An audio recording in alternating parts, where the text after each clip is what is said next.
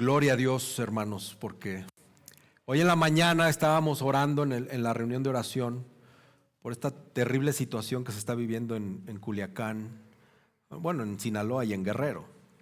Y orábamos a Dios pues que interviniera para que nuestros hermanos allá y familias que tenemos pues tengan paz y puedan reunirse en las iglesias. Así que damos gracias a Dios porque nadie llegó hoy aquí con amenaza de una balacera. Nadie llegó aquí con amenaza de que le pueden secuestrar a sus hijos para meterlos al narco o que les robaron su carro para incendiarlo en alguna calle. Entonces, gracias a Dios estamos aquí completitos, tranquilos, con una Biblia en tu mano y con la libertad de abrirla y leerla. Que no se nos olvide la bendición de Dios de tener esta libertad, hermanos. Amén. ¿Por qué no oramos? Inclina tu rostro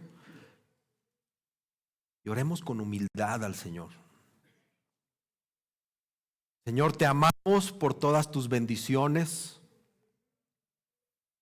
Te damos la gloria y la honra, Señor, por todas tus bendiciones. Eres bueno.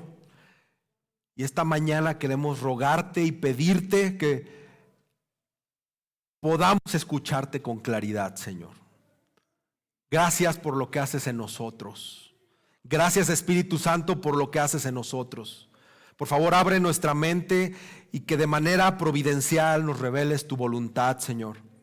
Confórmanos a ti. Queremos glorificarte con nuestra vida.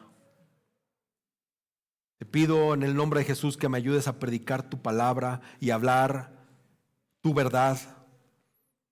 Que no sea yo quien hable, sino que sea el Espíritu Santo hablando a través de mí a tu iglesia.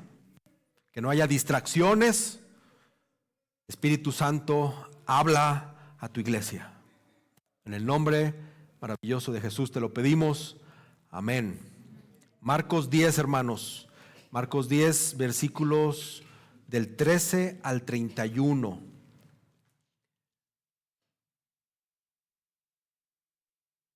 Traían niños a Jesús para que Él los tocara, pero los discípulos los reprendieron. Cuando Jesús vio esto, se indignó y les dijo: dejen que los niños vengan a mí, no se lo impidan, porque de los que son como estos es el reino de Dios. En verdad les digo que el que no reciba el reino de Dios como un niño, no entrará en él. Y tomándolos en los brazos, los bendecía, poniendo las manos sobre ellos. Cuando Jesús salía para irse, vino un hombre corriendo y arrodillándose delante de él le preguntó: Maestro bueno, ¿qué haré para heredar la vida eterna? Jesús le respondió: ¿por qué me llamas bueno? Nadie es bueno sino solo uno, Dios. Tú sabes los mandamientos: no mates, no cometas adulterio, no hurtes, no des falso testimonio, no defraudes, honra a tu padre y a tu madre.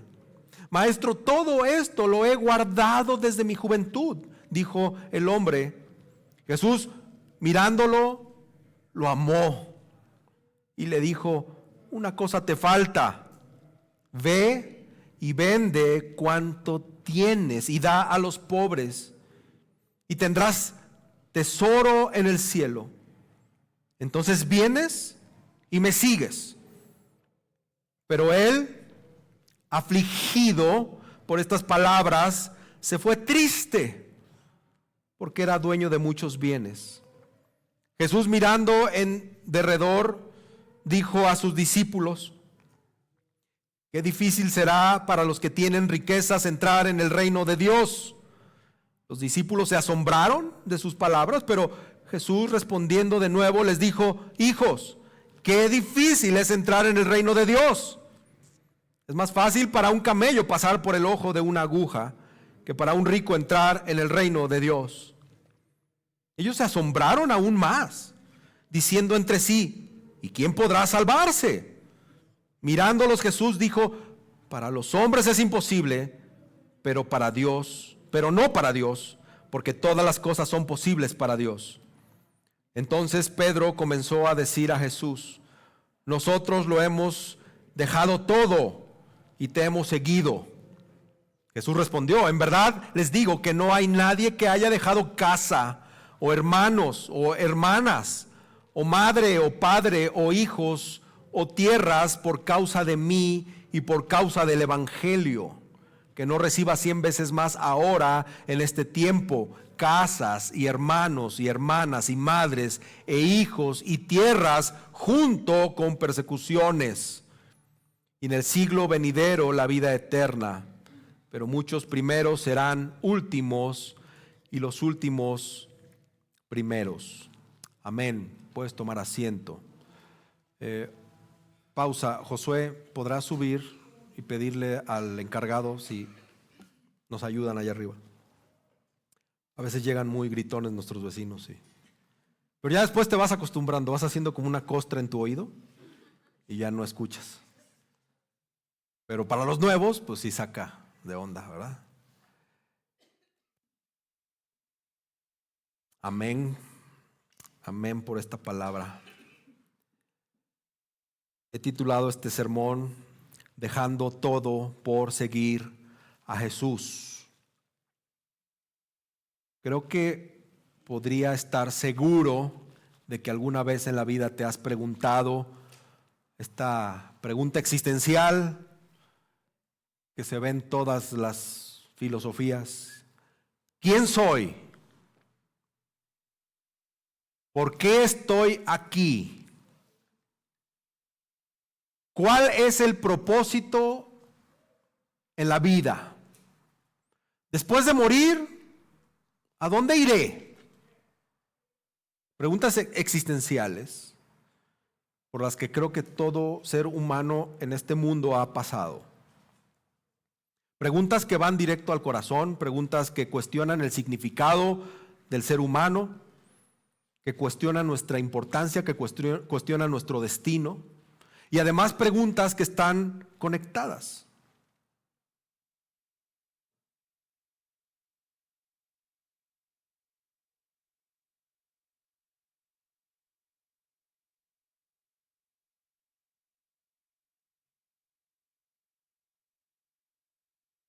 Perdón, pero es que se trabó esto, entonces tengo que esperar a que... Un día, se acercó a Jesús esta persona, un joven, un rico, que era también dirigente en la comunidad, el cual estaba muy interesado por su destino. Y le preguntó: ¿qué haré para heredar la vida eterna? Y en su respuesta, Jesús le dio una visión sobre qué o quién es lo más importante en la vida. Y lo que decidamos ahora con respecto a estas preguntas que hacía va a determinar a dónde irás después. El texto de hoy aborda pues la importante pregunta de quién o qué debe tener el primer lugar en mi vida. Jesús exige que todos le den el primer lugar en sus vidas, por encima de todo y por todo lo demás. Colosenses 1 habla de eso. Marcos escribió este segundo evangelio por ahí del 65, 68, ¿no? Usando al apóstol Pedro como testigo, o escuchando el testimonio de Pedro para escribirlo, como lo quieras ver. Y es importante ver que escribió a su audiencia, a su público en Roma, que estaba pasando por persecuciones dentro del reinado de Nerón. Así que esto está desafiando a esos y a nosotros, desafiando a los suyos a ser verdaderos discípulos.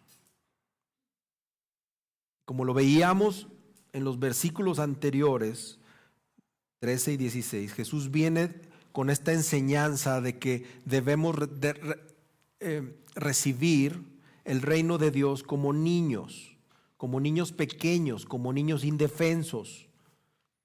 Y esto habla de pues sí es una historia conmovedora cuando leemos esto del amor de Jesús por los niños, donde hay una preocupación no solo de los niños en sí por parte del autor, sino también de las personas que pueden entrar al reino de Dios.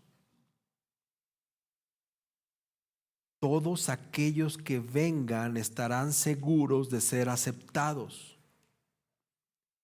Entonces, este relato, si tú lo comparas con lo del capítulo 9, que ya lo vimos anteriormente, donde Jesús toma a un niño, lo pone en medio de ellos, lo toma en sus brazos y dice: el que reciba a un niño como este en mi nombre, me recibe a mí, y el que me recibe a mí, no me recibe a mí, sino a aquel que me envió. Entonces, los niños están representando a aquellas personas indefensas, pero especialmente aquellas personas humildes que deben de ser recibidos por otros discípulos. Los niños están representando características que los discípulos debemos tener. Aparentemente Jesús está elogiando a los niños por su inocencia, por su pureza, inclusive por la espontaneidad que puedan tener. Pero estos son virtudes que los discípulos deben tener. Virtudes similares. Pero todos vemos a los discípulos que eran exactamente lo que ellos no tenían. Ni nosotros tenemos, en su mayoría tenemos esas virtudes. Batallamos con eso. No somos inocentes. No somos entusiastas como unos niños. Somos lentos. Somos incrédulos. Los niños son aventados. Nosotros somos cobardes. Aquí los niños no fueron bendecidos por sus virtudes, sino precisamente fueron bendecidos por lo que les faltaba a los niños. Los niños vinieron tal como eran, pequeños. Los niños vinieron impotentes. Los niños llegaron sin sofisticación, sin presunción. Llegaron como los olvidados, como los desposeídos, en una sociedad que los hacía menos. Entonces, recibir el reino de Dios como un niño es recibirlo como alguien que no tiene nada a favor, hermanos. Como alguien que no tiene influencia, como alguien que no tiene pretensiones. Un niño es alguien que no tiene absolutamente nada que aportar y todo lo que recibe lo está recibiendo por gracia, por pura necesidad, porque no tiene en él un mérito inherente en el niño como tal. Entonces los niños son el ejemplo de los discípulos ideales, porque llegan sin nada, con Jesús, a llenar sus manos vacías, porque no traen nada. Entonces es muy interesante que la semana pasada, el pasaje de la semana pasada y nuestro pasaje de hoy está mostrando Jesús se muestra como el protector tanto de las mujeres como de los niños, miembros vulnerables de esta sociedad. En el primer caso protege a las mujeres, prohibiendo el divorcio, dándoles más seguridad social y económica. Y en este segundo caso protege a los niños, mostrándolos como miembros válidos, miembros valiosos dentro del dominio de Dios, que deben de ser acogidos por los brazos, con los brazos abiertos.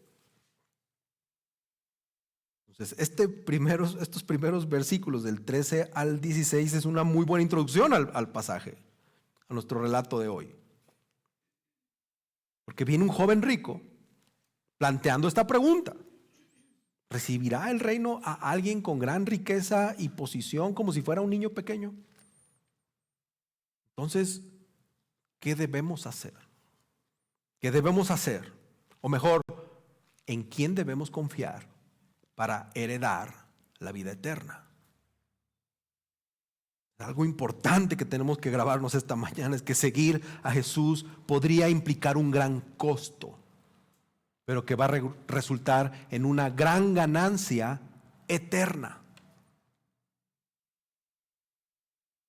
Así que la primer cosa que quiero que veamos esta mañana es que todo esto es más sencillo de lo que se piensa. Es más sencillo de lo que se piensa. Iba Jesús rumbo a Jerusalén. Él seguía haciendo participar a sus discípulos en las enseñanzas sobre lo que significa ser un verdadero discípulo. Acuérdate, Jesús les viene enseñando todo esto de cómo debe de ser un verdadero discípulo capítulos atrás. Tiene varios pasajes hablando de esto el Señor. Y ya les empieza a mostrar que va a ser crucificado y que va a resucitar. Ya lo he hecho 2 veces. La próxima semana, en el siguiente pasaje, lo va a volver a mencionar, o lo vamos a exponer aquí.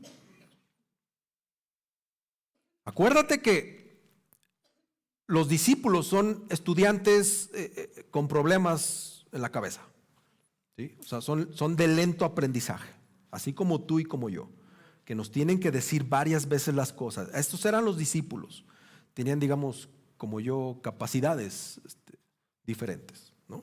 Así eran los discípulos. No entienden lo que Jesús verdaderamente está diciendo.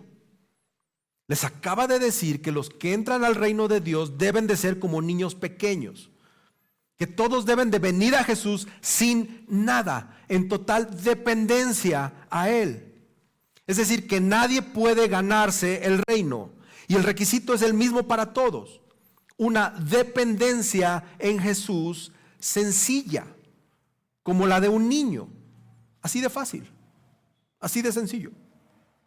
Y en medio de esta enseñanza viene a Jesús alguien que es todo lo contrario a un niño indefenso. Y lo primero que vemos es que esta persona viene con la persona correcta. Este hombre se acerca corriendo a Jesús, y un hombre que tenía mucho dinero, mucha riqueza, muchos bienes. Lucas en su evangelio lo llama dirigente, como un regente, como un juez.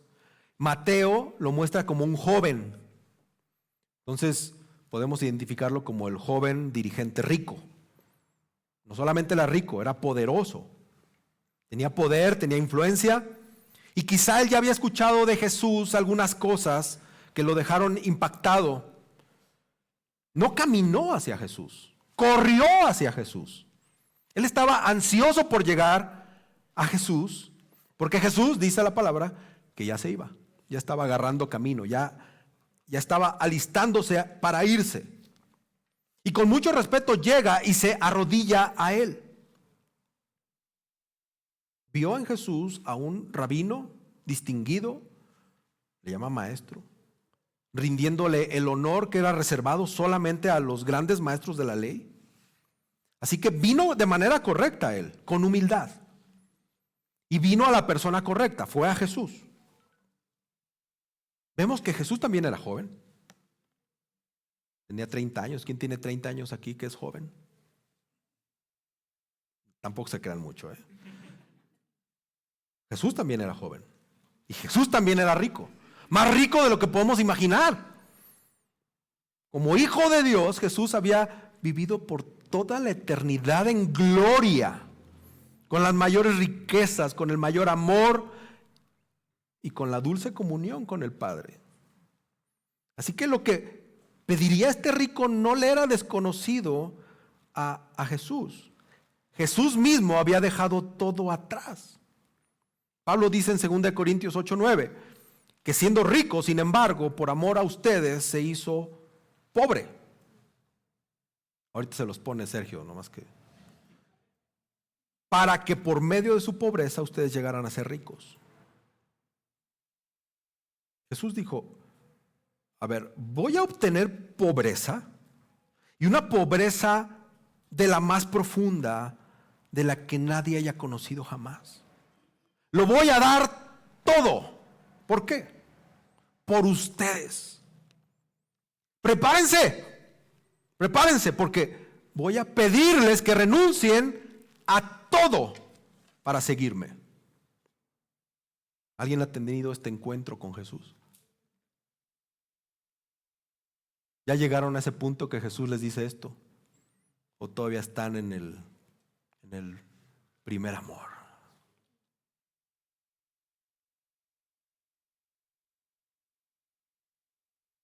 Como si Jesús dijera, si yo di mi gran todo por ustedes, ¿podrán ustedes dar su pequeño todito para seguirme? No les voy a pedir que hagan nada que yo no haya hecho ya. Como si Jesús, el verdadero joven dirigente rico que dio su total riqueza por tenernos. Y que ustedes tienen que dar sus riquezas para tenerme a mí. Jesús es la persona adecuada, el único que puede exigirnos esto, el único al que podemos darle todo. Y también este hombre hizo la pregunta correcta. Llamó a Jesús bueno. Claro que todos sabemos que Jesús es bueno. Y dice, ¿qué haré para heredar la vida eterna? Llegó haciéndole un gran homenaje a Jesús. Jesús le había impactado. Lo conocía en algún otro lugar o escuchó del otro lugar, pero él estaba impactado. Y este término de bondad, los judíos se referían solo a Dios como bueno. No hablaban así de otras personas. Hay salvedades porque la Biblia habla de calificativos descritos como una persona buena o recta. Pero per se el único bueno es Dios. Dios es bondad. Solo Dios era el único que podía ser llamado bueno, tanto en el judaísmo de aquella época como en la actualidad. Nosotros sabemos que solamente Dios es el único bueno. No sé si era una costumbre, pero pareciera que él lo está halagando o le está haciendo esta observación sincera. Pero Jesús rechaza la esperanza del joven rico de congraciarse con él. Y Jesús lo reprueba. Jesús rechaza ese comentario. Porque solamente Dios es bueno en todo el sentido de la palabra. Este muchacho rico e influyente estaba impresionado por Jesús. Y obviamente quería hacerle esta pregunta importante. Y esta pregunta resulta ser una de las preguntas más significativas en toda la Biblia. Y para toda la humanidad. ¿Cómo puedo obtener la vida eterna? ¿Te lo preguntaste alguna vez? Qué serios vienen hoy. ¿Nunca se han preguntado cómo podían haber obtenido la vida eterna? ¿Nunca tuvieron este tema existencial? Llegaron a Cristo y ¡ay! ¡Aleluya!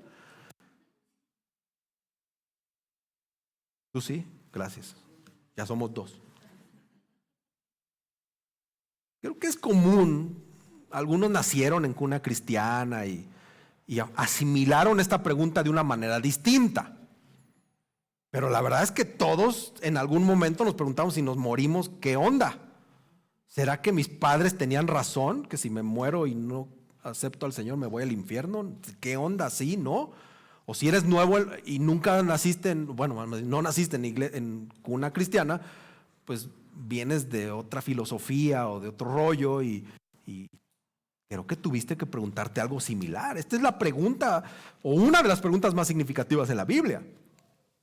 Y vemos el intento de Jesús de dejarle claro a este joven rico que los logros humanos no podían hacer a una persona buena y que solo Dios es categóricamente el único bueno. Tal vez este señor pensaba que Jesús era bueno por sus obras, pero vemos este reproche de Jesús por intentar llamarlo bueno, haciéndole ver que no va a ser por obras.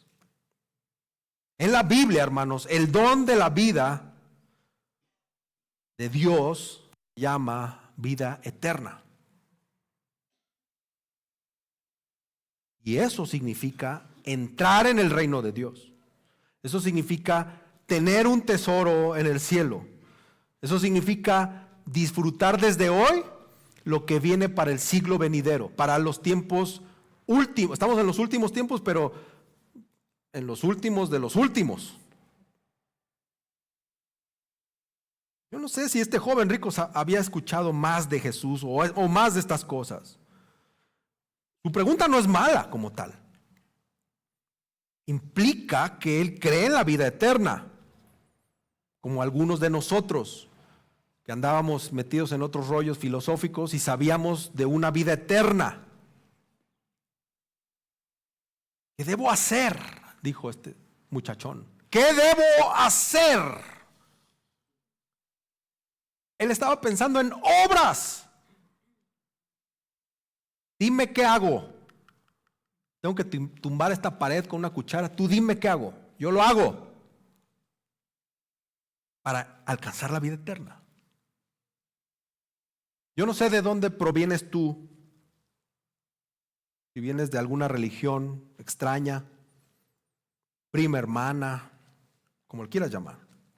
Todas las religiones del mundo se clasifican solo en dos: en aquellas que tienes algo por hacer o en aquellas en que algo ya está hecho. ¿Me salvo por lo que hago o me salvo por lo que otro ya hizo? El cristianismo es una religión o una relación de algo que ya se hizo, algo que ya está hecho. Hermanos, la vida eterna no se logra, se recibe como un regalo. Se recibe como un regalo basándonos en lo que Jesús ya hizo por nosotros.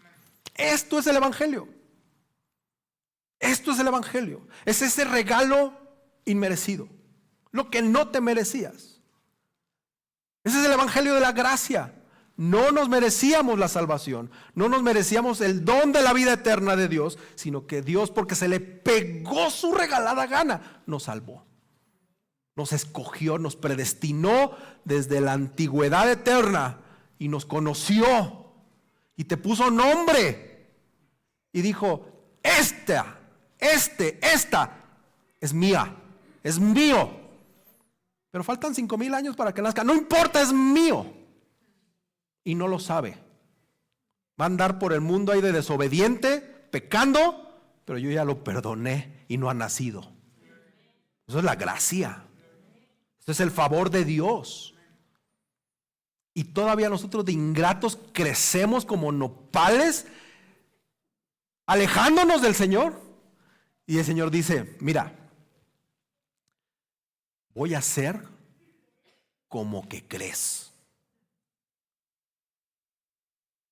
Y mi espíritu se va a meter en ti y te va a hacer creer que tú me vas a buscar.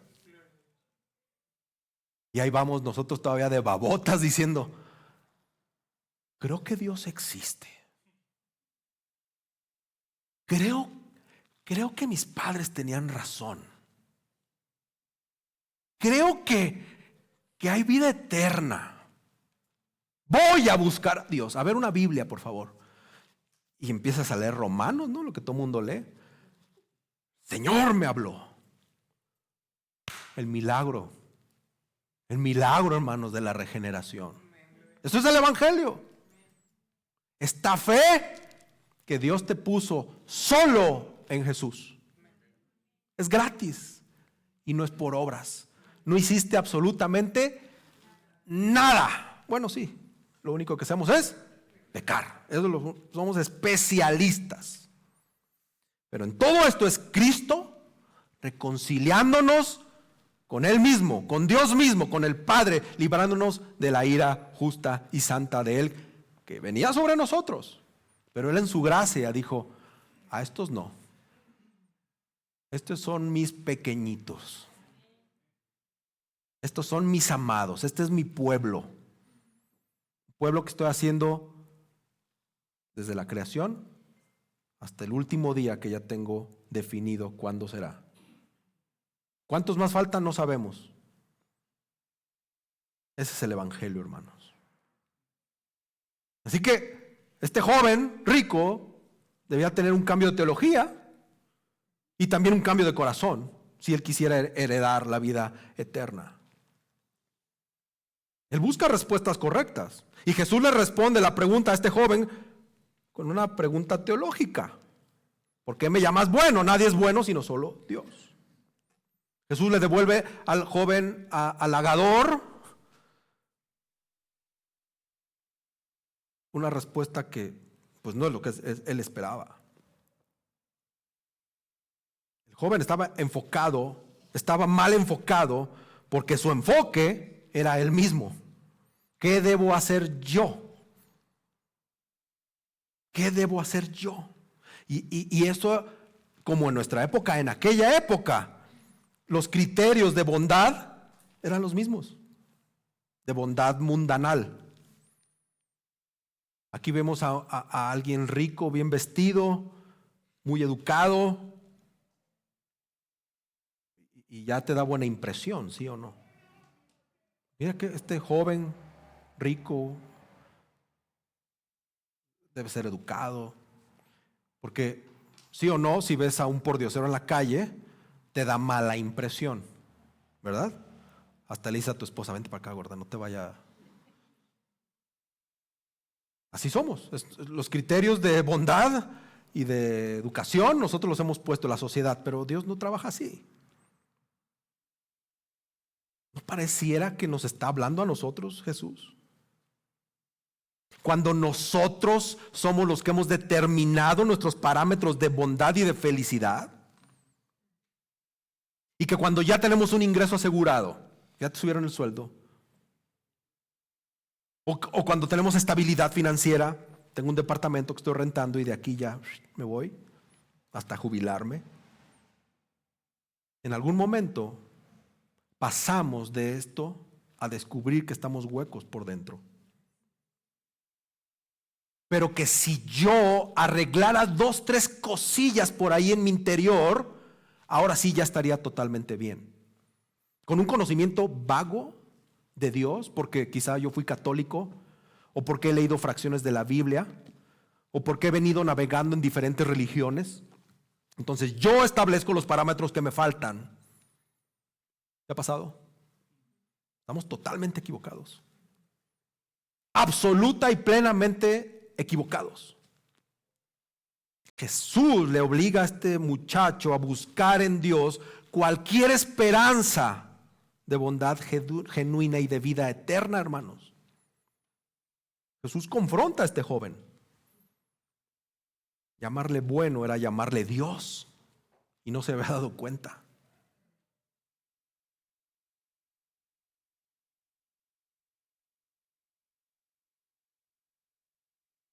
Jesús desafía al joven a que piense con claridad y que elija cuidadosamente sus palabras. Este es un desafío que todos tenemos todos los días. Debemos de cuidar nuestras palabras, cómo nos dirigimos a Dios, porque a veces estamos orando y nos dejamos ir. A veces no sabemos ni qué estamos diciendo. Me acordé de aquella vez que hubo un sermón que afirmaba o que les exhortaba a cuidar todos estos pactos que hacemos con el Señor, todas estas promesas, todos estos acuerdos que hacemos con Dios, y que a veces ni siquiera nos fijamos que estamos cantando. Estamos nada más como pericos ahí cantando y espérate, ¿ya viste que aquí dice que vas a cambiar tu vida? ¿Ya viste que aquí dice que tú mismo estás cantando que, no sé, cualquier promesa o pacto o acuerdo que hagas con Dios?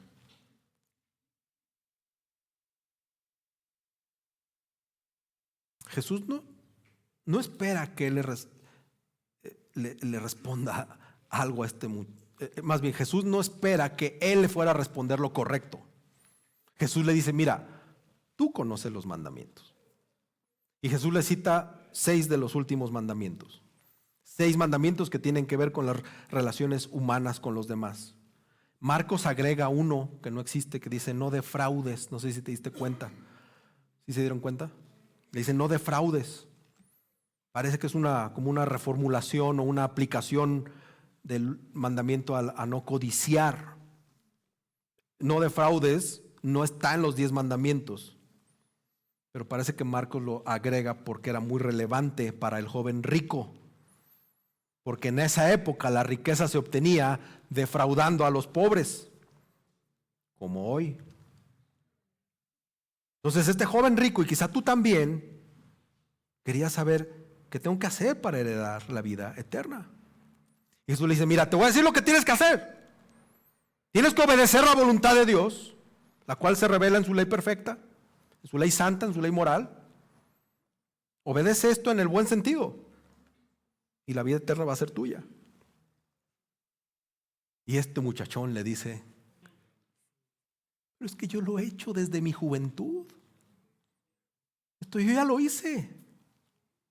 Él había tenido una vida de acuerdo a la ley de Dios. Lo había honrado y lo había bendecido. Quizá como muchos de nosotros que nacimos en cuna cristiana. Bueno, los que nacieron, yo no, pero tengo mucho en el Evangelio. Entonces, lo que dijo desde el punto de vista externo fue cierto. Lo mismo dijo Pablo. Pablo dijo que era intachable con respecto a las exigencias externas de la ley, como lo enseñaban los maestros religiosos de Israel. Quizá este joven rico hasta esa fecha trabajó para obtener la aprobación de Dios. Su historia era impecable. Y con esto no quiero que pierdas el foco de que los mandamientos de Dios son la raíz de tener un comportamiento correcto y que buscar cumplir con los mandamientos de Dios nos lleva hacia Dios. ¿Ok? No creas que estoy predicando en contra de cumplir los 10 mandamientos. Y quizá te estás preguntando: oye, pero ¿no dijiste que esto no era por obras, sino por fe? Porque si tú te fijas, los 10 mandamientos, ¿qué son? Obras. ¿Alguien puede cumplir los 10 mandamientos? Pues la neta es que sí. Si se ponen las pilas, lo pueden hacer. Se pueden. No sé si al mismo tiempo todos, ¿verdad? Pero igual vas coleccionando. Ya cumplí el 1, ¿no? Ya tengo el 2. Son obras, si lo vemos desde esa manera y con una perspectiva chueca. ¿Qué hace Jesús con este joven? Jesús lo vio, lo observó, lo miró y lo amó. Una respuesta conmovedora, es una respuesta tierna que nos enseña la Biblia en uno de los pasajes que quizás son trágicos. Había una sinceridad, había una seriedad de este joven que conmovió el corazón de nuestro Señor. Pareciera que este joven se muestra ante Jesús con una bondad infantil, una bondad que quizá fue sin reflexión, que quizá no fue arrogante. Jesús lo mira con atención. Jesús, ¿tú crees que examinó a este joven? Claro, lo examinó, lo escudriñó. Jesús no se puede dejar engañar por nadie, y menos lo iba a hacer por este rico joven. Jesús vio en su interior y dice la palabra que lo amó. Y esta palabra amor es amor ágape. Es el amor más alto que se muestra en el Nuevo Testamento. Un amor que solo caracteriza a Dios. Pero hubo algo raro en este joven. Es raro lo que pasó aquí, hermanos. Si tú analizas el Evangelio de Marcos, es al único que Marcos señala que Jesús amó. Pero entonces, aunque hubiera cumplido la ley, pues faltó lo más esencial. Hasta aquí muchos podemos parecernos a este joven.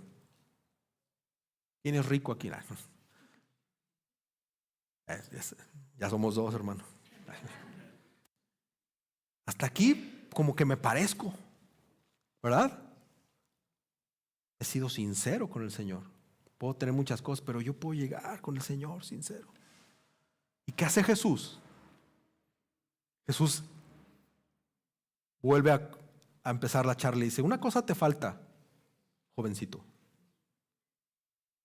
Ve y vende cuando tienes. Dáselo a los pobres. Y tu tesoro va a estar en el cielo. Y entonces vas a ser el 13º. Vienes y me sigues.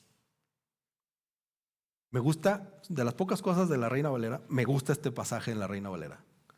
Ven y sígueme tomando tu cruz. Ya sabes lo que significa tomar su cruz. Ven y sígueme tomando tu cruz. Después de abordar los 6 mandamientos últimos, Jesús se va sobre el primer mandamiento. Dios debe de ser Señor pleno, total, único en nuestras vidas. Nada ni nadie debe interponerse entre Dios y nosotros. Y este mandamiento, o esta exigencia, específica de Jesús al joven, es un mandamiento general para todas las personas. La riqueza del joven resultó ocupar el lugar que solo Dios debía tener en su vida. La riqueza del joven resultó ser un ídolo, resultó ser su Dios. Posiblemente pudo haber obedecido perfectamente o relativamente los mandamientos, pero vivía en una perpetua desobediencia, en un pecado de idolatría, y no se había dado cuenta. Quizá como tú y como yo. Deuteronomio 5:7 dice clara y textualmente: no tendrás otros dioses delante de mí. O sea, joven rico, quedaste corto en un área de tu vida, y en el área más crucial. Jesús le dice, entonces, ¿qué es lo primero? ¿Qué es lo primero que tienes que hacer? Jesús se ofrece como sustituto de la riqueza de este hombre. Solo cuando entregues todo, solo cuando seas como un niño pequeño, vulnerable, solo entonces vas a poseer todo. Hermanos, el llamado al discipulado es un llamado a la confianza y al compromiso radical en Jesús. Lo hemos predicado ya. El Señor nos desafía a todos a dejar de lado cualquier cosa que sea obstáculo para seguir a Cristo. Fíjate bien, el Señor nos desafía. ¿Qué hizo Jesús con el joven? Previo, lo amó, lo examinó y lo amó. ¿Y qué hizo después Jesús? Lo desafió. Jesús nos va a desafiar, hermanos. Jesús nos va a desafiar. No podemos amar nuestras riquezas, nuestros bienes, y a Jesús al mismo tiempo. No hay forma. No existe forma. Y vemos este trágico final en este encuentro, porque el muchacho rico se fue afligido. Vino sobre de él una nube de pesadumbre, de tristeza en su interior. Se fue triste. Wow. Teniendo a Jesús ahí mismo. ¿Por qué se fue triste? La palabra dice, pues porque tenía mucha lana, tenía muchos bienes.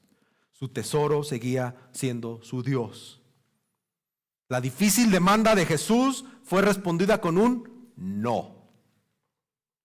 No quiero seguirte.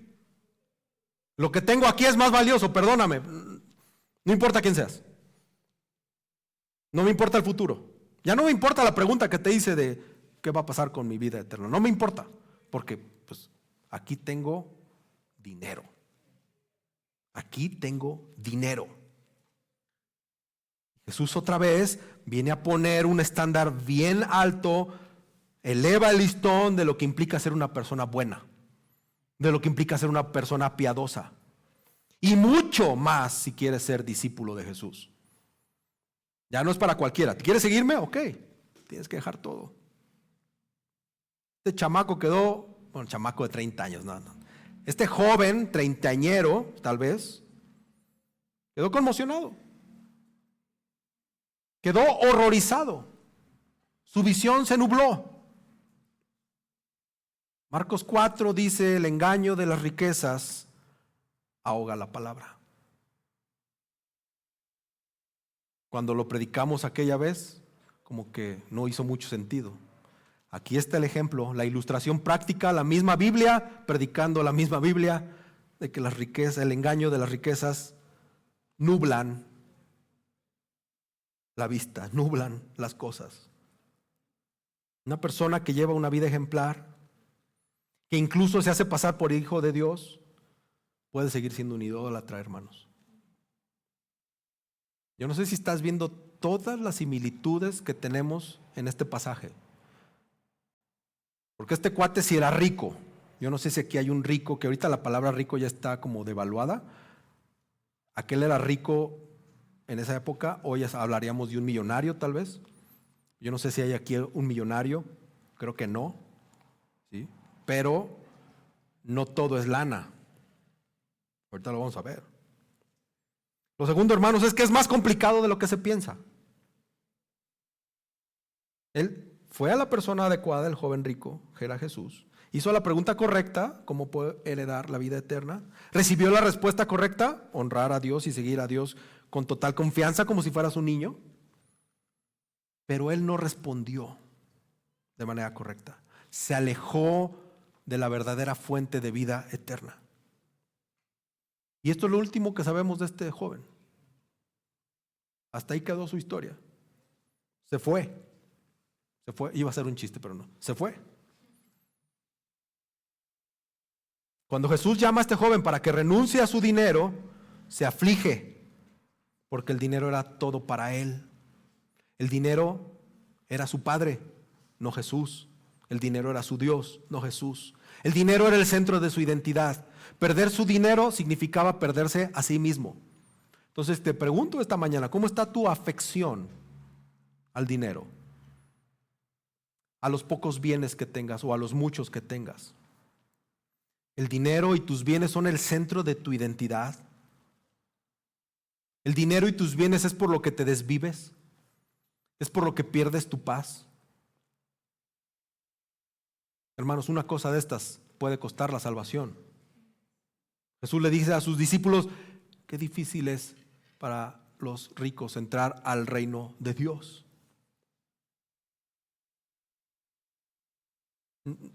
Jesús no estaba condenando a la riqueza, pero sí estaba alabando la pobreza. Y esto no es un llamado al ascetismo, o sea, a todo este tema de la purificación del espíritu privándote del materialismo. El tema, hermanos, es que la riqueza genera confianza en uno mismo. ¿Te ha pasado? Cuando te dan tu quincena, te sientes todopoderoso ese viernes de quincena, viernes 15. Lunes 17 ya no te sientes tan poderoso porque tocó fin de semana, entonces cine, restaurante, un regalito, otro case para tu iPhone 17, 16, 15, no sé cuál. Y ya el lunes ya andas bien piojo. Pero el viernes 15 generó confianza tu riqueza. Y esto es una adicción. Se vuelve uno adicto a la seguridad de tener dinerito en la cuenta. Una adicción. Y las escrituras hablan de esta peligrosa atracción de las riquezas.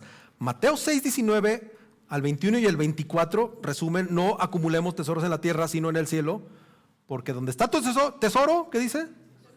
Allí tienes tu corazonzote. Ve lo que dice Mateo 6, 24. Nadie puede servir a dos señores, porque o aborrecerá a uno y amará al otro, o apreciará a uno y despreciará al otro. Ustedes no pueden servir a Dios y a las riquezas. Hermanos, esto es tremendo. No necesitas ser millonario en dólares o en euros, ni tener un yate en Mónaco. No, nunca va a pasar. Ya, dejémonos de cosas. No te vas a ganar el melate. ¿Ok? Ya deja de jugar. Mejor ofrenda ese dinero. Tu nivel de riqueza. Tu nivel de adicción a tu dinero. Que resulta que ni es mucho, no te hagas. Pero es adictivo. Es adictivo. Tu sueldazo, tu bonazo, o cómo se llama, superbono, tu reparto de utilidades, tu bono de productividad, porque tu bono de asistencia, todo eso que acumulas al año, en el nivel en el que estés.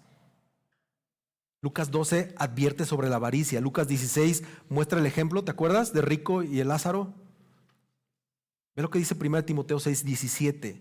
A los ricos de este mundo, enséñales que no sean altaneros, ni pongan su esperanza en la incertidumbre de las riquezas, sino en Dios, el cual nos da abundantemente todas las cosas para que las disfrutemos.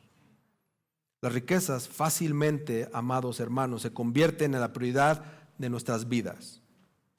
Y las cosas de Dios pasan en segundo plano, en segundo término.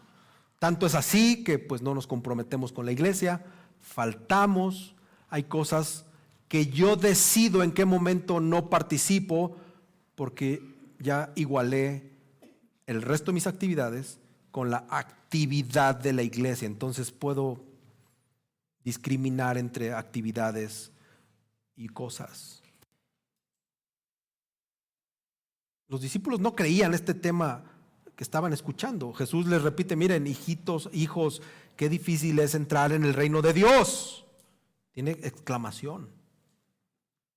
Qué difícil es entrar en el reino de Dios. Es más fácil para un camello pasar por el ojo de la aguja para un rico entrar en el reino de Dios. Y ya sabemos que en aquella época el camello era uno de los animales más grandes que se encontraban en esa zona, y solamente el hecho de meterlo en una aguja, pues bueno, con todo y joroba, era imposible. Es más, quizás hasta sonó chistoso para los discípulos, pero imposible. Y estos contestan, ¿y quién podrá salvarse? No, pues parecido a lo del, ya no voy a hacer chistes, ya, por favor. ¿Y quién podrá salvarse? Como si ellos dijeran, suponemos que la salvación es más difícil de lo que pensábamos entonces. Y solo se necesita una cosa, como la riqueza, para mantenernos fuera del reino de Dios. Pero ellos no vieron venir lo que estaba detrás de todo esto. Otra vez Jesús le empieza a dar vuelta al sistema de valores del mundo. Solo Dios puede proporcionar la salvación. Amén. Entonces estos 12 se asombraron más, dice la palabra. Se asombraron aún más. Por eso se preguntaron, ¿quién puede salvarse? Su reacción, ¿a quién se parece? A la del joven rico. Los discípulos están reaccionando como el joven rico. Y si te preguntas cuándo nació la teología de la prosperidad, desde el judaísmo primitivo existe la teología de la prosperidad. Porque la riqueza y los bienes constituían o se consideraban el favor de Dios. Lo vemos en Job, Salmos. Entonces Jesús les empieza a corregir su mala teología. A ver, borra eso no va. La riqueza puede ser una barrera entre ustedes y yo. Puede ser una barrera para lo único necesario o lo único que se necesita para entrar al reino, que es la confianza indefensa e infantil en Jesús. La riqueza puede ser un tropiezo para ti. ¿Cómo esta palabra de Jesús nos llega esta mañana? ¿Cómo nos incomoda como al rico? Hermanos, esto sobrepasa cualquier posibilidad humana. Esto nos empuja hacia adentro, a descubrir nuestra debilidad y a descubrir nuestra insuficiencia. Este mandato de Jesús nos hace conscientes de lo que nos hace falta, como la palabra afirma que Jesús lo hizo con el rico. Y esa misma carencia o ese mismo déficit que tuvo el rico y que tenemos nosotros, de que estamos súper, mega atados a nuestras capacidades, a nuestros bienes materiales, incluido el dinero. La verdad es que somos estos. Esa es nuestra realidad. ¿Te acuerdas cuando Jesús mandó a los discípulos a la misión? Los mandó sin provisiones para que aprendieran a confiar en Dios. Pero esa sensación de insuficiencia a una orden explícita de Jesús resulta ser una desventaja para muchos. Creemos que alejarnos de nuestros bienes va a quitar nuestra capacidad. Y no es así, hermanos. Es al revés. Tenemos que confiar en Cristo plenamente porque es lo único que nos va a acercar a nuestro Salvador. Luego Jesús se avienta una afirmación así de teología sistemática bien fregona. Dice, para los hombres es imposible, pero no para Dios. Porque todas las cosas son posibles para Dios. Eso es increíble, hermanos. La salvación es algo que tú y yo no podemos lograr. Este hombre abandonado a sí mismo se fue porque no iba a poder entrar al reino de Dios. No iba a poder heredar la vida eterna. La salvación es y siempre va a ser un logro divino. La salvación solo le corresponde a Dios. Es algo que solo Él hace. Solo Él determina. Dios Padre, esto es mío. Siempre va a ser un logro divino cuando Dios decide dar la salvación. Y esto es a través de la expiación perfecta y de la muerte sacrificial del Hijo de Dios. Es algo que ya está hecho y no hay nada que tú y yo podamos hacer. El cristianismo es una religión gratis. No se necesita absolutamente nada. Nada. No puedes poner nada. Esto ya está hecho. Y es algo que no entendemos y que constantemente se nos olvida y que todos tendemos a las obras. Todos. Después de este culto, después de este sermón, mañana vas a querer leer tu Biblia, tus 6 capitulotes, porque si no te vas a sentir mal. ¿Y qué crees? Estás mal, porque no son obras. ¿Ya viste lo chocote que estamos? ¿Ya lo viste? ¿Y ya viste lo grande que es el Evangelio? Eres salvo. Y que no necesitas obras. Nada.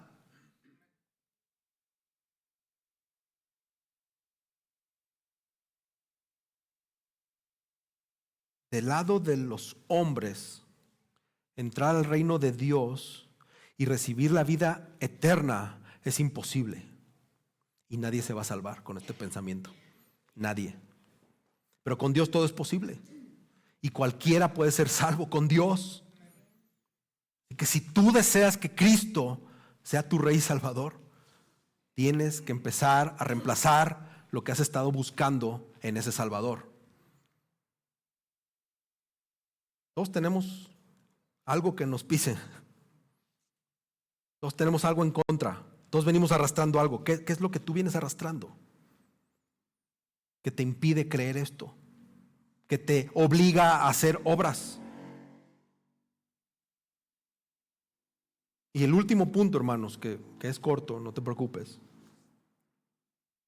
es que esto de la salvación es superlativamente mejor de lo que piensas. ¿Sabes que aquí no está registrado todo lo que pasó?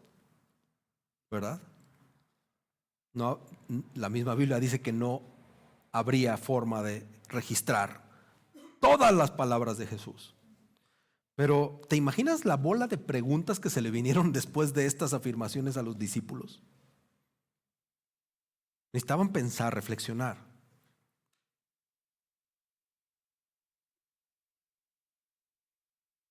Y Pedro, como siempre, el portavoz inteligente de los discípulos, agarra las palabras de Jesús y dice: nosotros lo hemos dejado todo y te hemos seguido.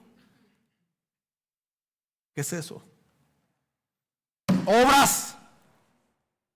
Los discípulos que vivían con él, que están recibiendo una teología pura de parte de Dios. Y le dice, mira, tú tienes que ser como un niño. Mira, las riquezas, no, olvídate, entrégate. Y Pedro así, bien parado, así se acerca. Nosotros lo hemos dejado todo por ti, Jesús. Te hemos seguido. Ahora, tampoco hay que cargarle mucho la mano a Pedro, porque sí dejaron todo. O sea, sí tiene un punto Pedro. O sea, dejó todo. Dejó a su esposa, a su santa suegra. La dejó. No es cualquier cosa, hermanos. Dejó su chamba, la lanchita con los pescaditos. Y el resto también. Jesús afirma que todo lo que uno puede perder o dejar en esta vida por Él y por el Evangelio, no va a dejar de recibir 100 veces más en este tiempo o en el tiempo venidero, en la vida eterna. Hermanos, seguir a Jesús cuesta. Ya te lo habías planteado. Ya el Señor te confrontó con eso.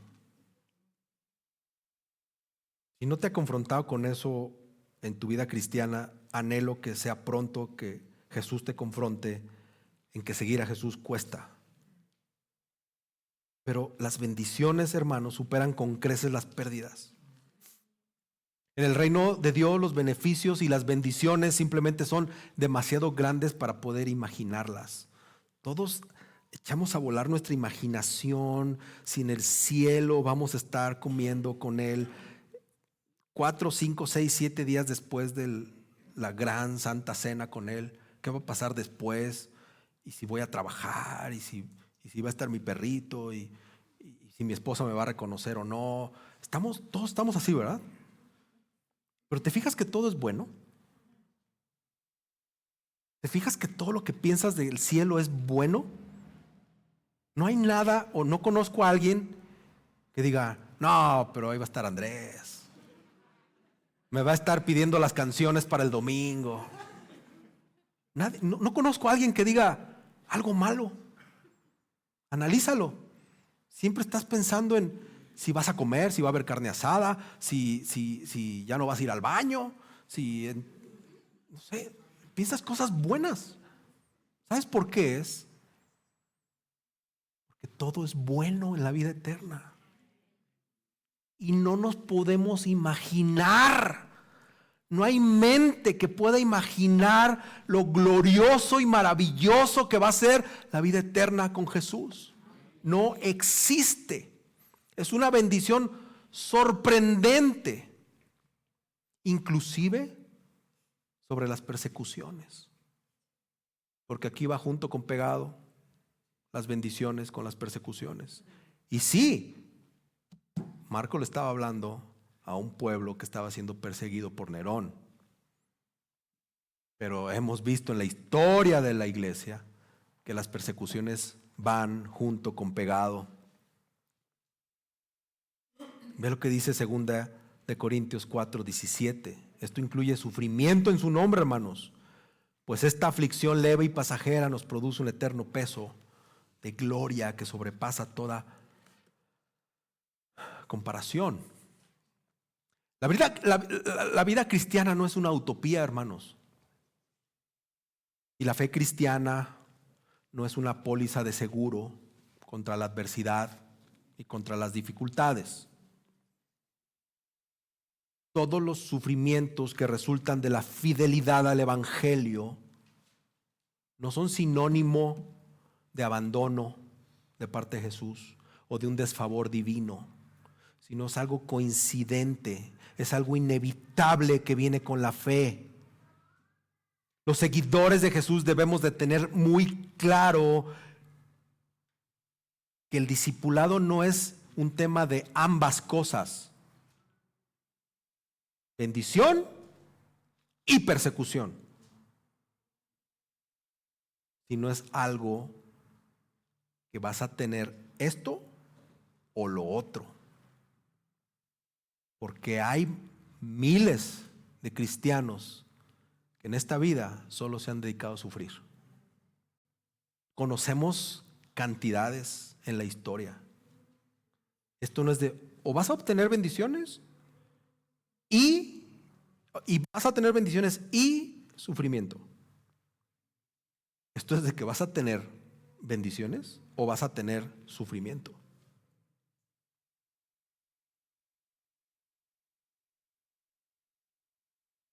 Es complicado tener que hablar de esto. Nos resulta difícil, nos resulta incómodo. Híjole, a mí me vendieron otro cristianismo.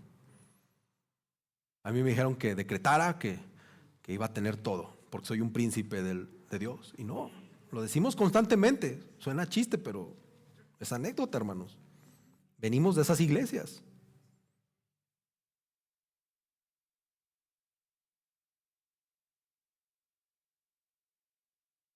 Nuestro texto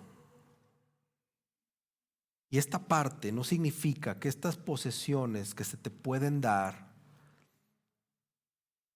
o no significa que por ser misionero del evangelio en todo el sentido de la palabra, no que te vayas a África, sino que seas testigo del evangelio,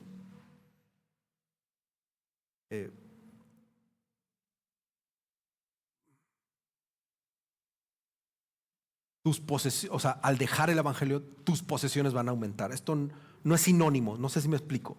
Cuesta trabajo decirlo, pero no es sinónimo que porque tú sigas a Cristo y seas testigo del evangelio, tus posesiones van a aumentar. Pero sí quiere decir que si te ves privado de tu familia terrenal por servir a Cristo, esta familia, tu familia que perdiste, se va a ver centuplicada en tu familia espiritual. Perdimos 2, gorda, pero aquí hay muchos.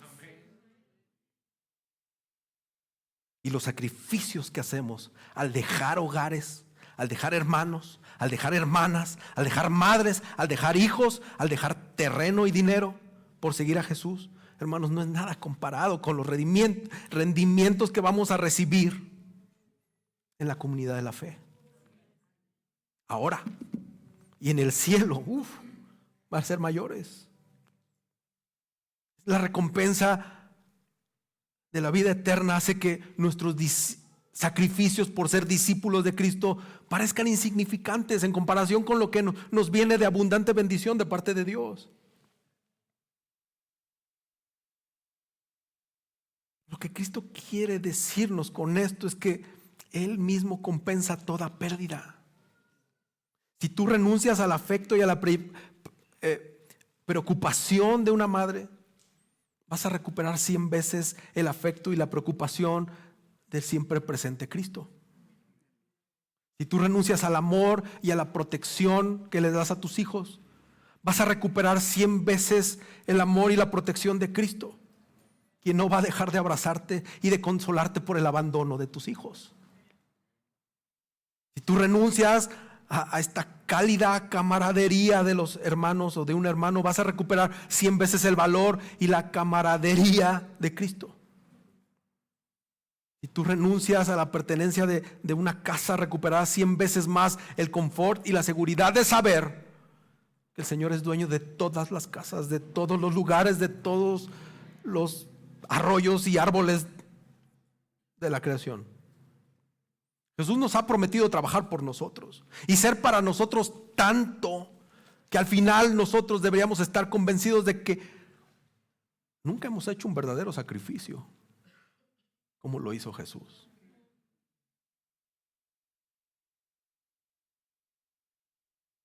Tenemos que dejar lo poco, hermanos, e ir por lo mucho.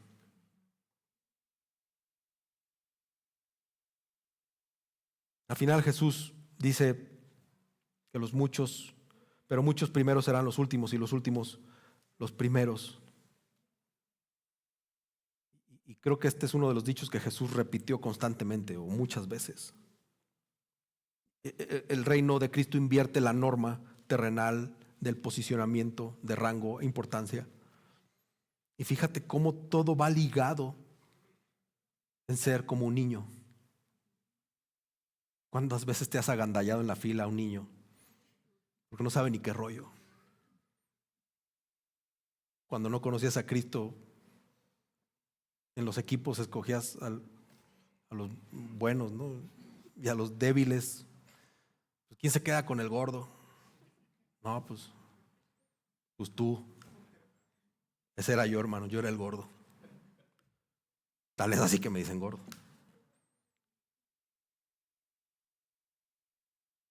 Para muchos el joven rico era el primero y los discípulos pobres eran los últimos. Pero Dios ve las cosas desde otra perspectiva con respecto a la eternidad, donde dice que los primeros se convierten en los últimos, mientras que los últimos se convierten en los primeros. El objeto del evangelio está en renunciar a lo que tú tienes, en volcar tus recursos y servir. El centro del cristianismo, hermanos, siempre es contrario al poder, a la fuerza, al estatus. Siempre, siempre. Como si Jesús, parafraseándolo en este imaginativo, le hubiera dicho al joven rico: imagínate tu vida sin dinero. O nos dice a nosotros: imagínate tu vida sin familia. Todo lo que tienes es a mí. Que nos preguntará: ¿soy realmente suficiente para ti? ¿Jesús realmente es suficiente para ti? Iglesia, ¿verdaderamente tú crees que aquel que solo tiene a Jesús lo tiene realmente todo? Es la pregunta que le está haciendo Jesús a ese joven, o que le hizo a ese joven. Y es la misma pregunta que nos hace a nosotros: ¿cómo vas a responder? ¿Realmente Jesús es tu todo?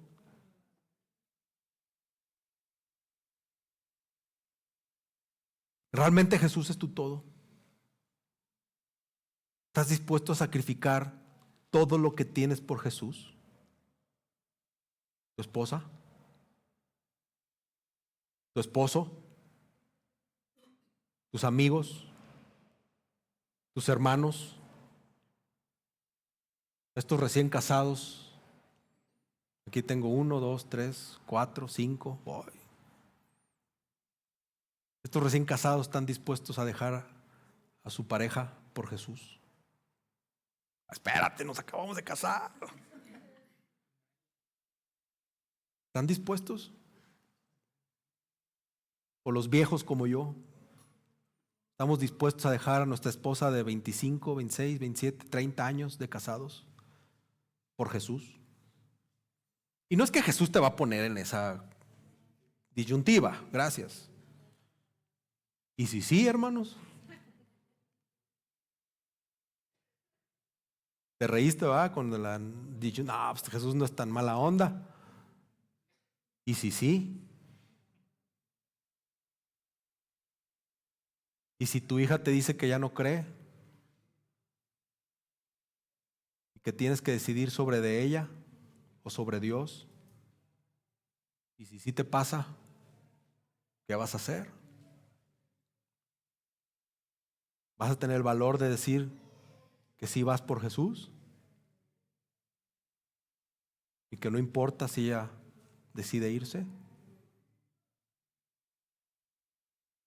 ¿Es Jesús tu todo? A veces tu contexto no indica que tu cristianismo va por ese camino. Pero te prometo que cuando menos te lo pienses, va a llegar un momento que vas a tener que decidir si Jesús es tu todo. Y si estás dispuesto a dejar todo lo que tienes. Y no solamente lo metafísico, tu lanita que tanto te da seguridad en el banco, tus ahorritos. ¿Esos son tu Dios? ¿Esos son los que te dan paz y seguridad? Vamos a orar. Señor, esta mañana hemos sido confrontados con tu palabra y a veces no entendemos lo que significa ser como esos niños.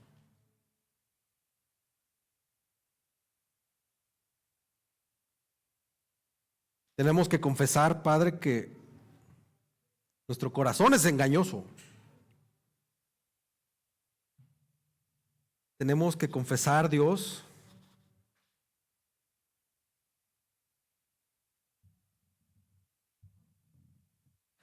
que nuestro corazón es farisaico. Tenemos que confesar, Señor, que minimizamos lo severo de nuestros pecados. Incluso, Señor, cuando muchos de nosotros de manera externa parecemos muy religiosos, nuestro orgullo nos halaga porque guardamos tus mandamientos, Señor. Porque hacemos lo que tú quieres bajo nuestras condiciones, claro. Perdónanos, Dios. Perdónanos. Somos tan inmaduros que nos hemos hecho arrogantes, Señor, por nuestras obras de injusticia, por nuestra maldad, inclusive por nuestras riquezas, por lo que tenemos en el banco, por el sueldo que tenemos, el trabajo que tenemos, por la prosperidad que nos espera. Señor, perdónanos porque hemos creído que tú nos has bendecido porque somos buenos. Ayúdanos, Señor Jesús. Te pido por favor que confrontes esta mañana nuestro orgullo, que a veces es tan silencioso que no nos damos cuenta. Ayúdanos, Señor, mediante el Evangelio a seguir a Jesús. Queremos reconocer que humanamente somos incapaces de contribuir con nuestra salvación, Dios, y tú eres divinamente soberano. Y te damos gracias por habernos salvado por gracia. Por favor, te pido, Dios, que salves a todos los que están aquí que aún no te conocen. Señor, que las verdades que hoy escuchamos, por muy ofensivas que hayan sido para nuestra carne, para nuestra soberbia, para nuestra arrogancia, por favor, que nadie se vaya de aquí entristecido. Que nadie de aquí se vaya triste por decidir seguirte, sino al contrario. Tú que eres un Salvador amoroso, Señor, tú que escuchas, tú que nos amas, nos des esta mañana la certeza de que estás con nosotros. Y seamos discípulos que te siguen en verdad a cualquier costo. Gracias por la promesa, Señor, de sustituir en amor todos los sacrificios que haremos. Gracias, Señor, por prometernos una riqueza tuya en amor por la eternidad. No hay palabras para describir el consuelo que sentimos, Señor, aquellos que hemos perdido a alguien. Pero saber que tu esperanza, que nuestra esperanza eres tú, que nos abrazas y nos apapachas con ese amor y nos sostienes, y que aunque el día haya sido muy malo por el sacrificio que hicimos, al otro día nos levantas en gracia, abres nuestros ojos y nos muestras tus misericordias, Señor. Gracias por ser el Dios que eres y amarnos de la manera que nos amas. Gracias por la salvación. Gracias por Jesús y su sacrificio. Gracias porque tu amor es incomparable, Señor. Lo cantábamos hace rato, Dios. Eres incomparable, Jesús. No hay absolutamente nada, Dios, que se compare con Cristo. No hay amor tan sublime. No hay sabiduría tan alta y tan profunda como Jesús. Señor, que nada nos detenga para seguirte, por favor. Que nada nos detenga, Dios. Te amamos, Y te suplicamos esto en el nombre de tu Hijo Jesús. Y especialmente, Señor, quiero pedirte, porque esta semana tu amor sea muy tangible en la vida de todos en esta iglesia. Que sintamos el calor de tu amor. Que sintamos tu gracia de una manera insospechada, Señor. Gracias por el don de la iglesia. Gracias por el amor de los hermanos. Gracias, Señor, porque nos has prometido restauración plena. Te amamos, te bendecimos, Dios. Amén.